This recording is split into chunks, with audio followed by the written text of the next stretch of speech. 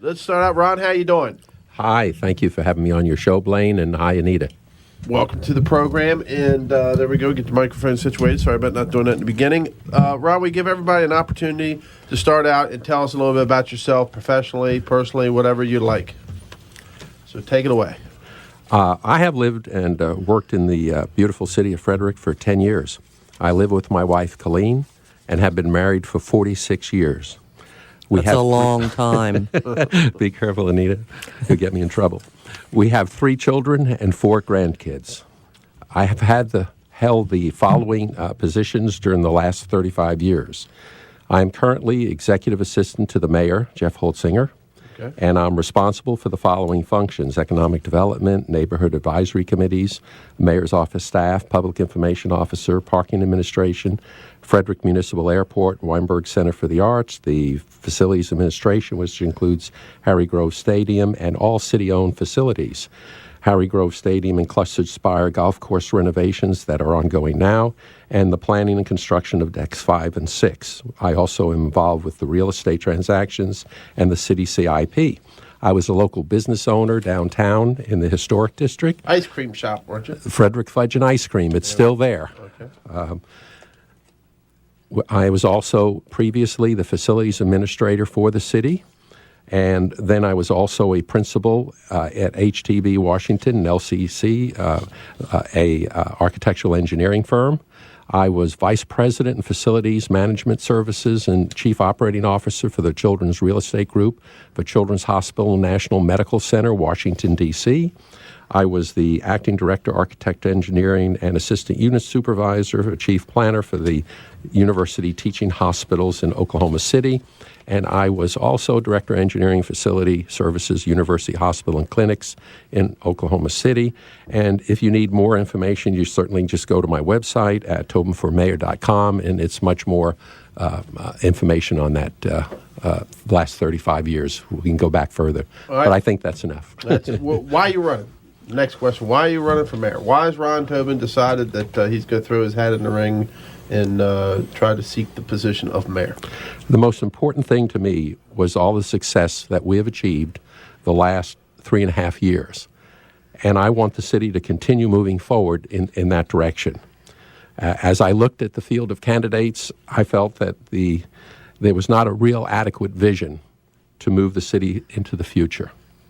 Then what would your vision for the city be? I think that we're all proud. I mean, Blaine and I are both proud of what Jeff Holtzinger has done as mayor and what you've done as his executive, whatever you are, executive assistant or whatever, but an important person down in City Hall.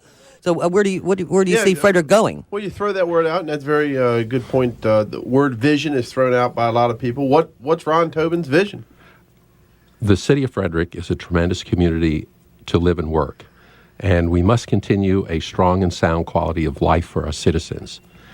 We must focus on public safety, provide effective city services, and commit to a first-class shared use path and linear park system. It is imperative that we are fiscally responsible and maintain our excellent AA credit rating. We must seize the opportunity to develop infrastructure, encourage business development, and utilize new technologies to achieve efficiencies in our government. It is critical that we create more jobs within our city in order to enhance our sense of community. We can continue to transform the city, producing extraordinary results in the next 4 years that will positively reshape Frederick and enrich the lives of our citizens. Reshape it in what way? I mean, one of my slogans, if I were going to run for Queen, which I'm not, because is one city, one Frederick. I live out on the West End, and of course we have all the HBC downtown. We have what's going out in Amber Meadows, and we have what's going out where you live, kind of thing. So I mean. And where do you live, by the way? I don't think we started. Fredericktown Village. Okay, I'm sorry. So north end. Northern end of town. So, but I just think that we need to be looking at what's good for the entire city, and all parts of the city need attention. I'm not saying that nobody else besides the West End needs attention, but what are we going to do? Well, one of the most significant things that Mayor Holtzinger ran on was to get the Hargett Farm Park. That park will develop and be a great resource for not only the entire city, but the western part.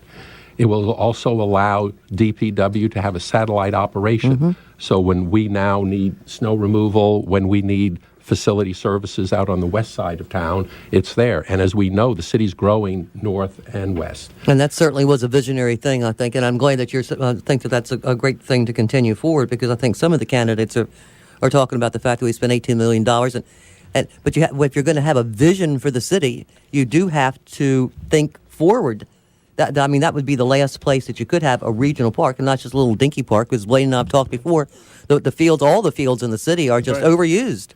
Well, Jeff Holtinger ran on the fact that part of his platform, he'd get you a regional park. So That's right. He did it. He did it. Whether you like the cost or not, he did what he said he would do. Yeah, absolutely. Well, they spent $72 million down in Carroll Creek, so let's start talking cost here. 72, that's a little light, isn't it? Yep. You've got to factor in interest. Well, part of that was flood control, too. It wasn't all that's true as part flood control, but that part, it has got a lot of attention. What I said in the Hargett Farm on the initiative of my quality of life was to enhance our local park activities, not just the Hargett, but all the park. That is certainly a key factor in the quality of life.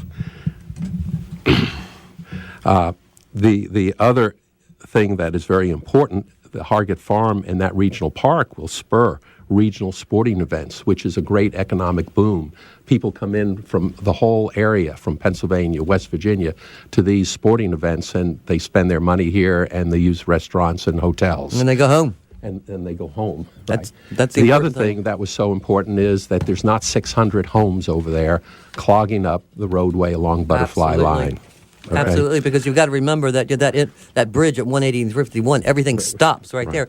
What do you see about? How do you feel about annexations? I know we have some on the north end. Of course, we got the Summers Farm, which we on the west end don't really want to see developed, because unless you're going to do something with the roads, we don't care if you develop it, but do something with Butterfly Lane and Mount Phillip Road, which is the same road that. Well, Anita, that's a very complex, very long subject, but very simply, I feel one, we need limited annexations. The city must grow. At the same time, we also need to look at our infill opportunities within the city and redevelopment opportunities within the city. So basically, that's sound. We must move forward. I'm hoping very, very, very much so that the county commissioners will become a little more flexible over time, and we can work with them. We need their help.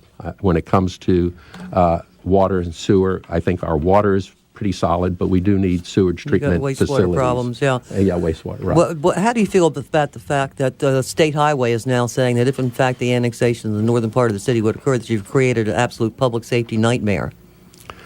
I think there's the ability to work through that. I mean, we could make an urban boulevard.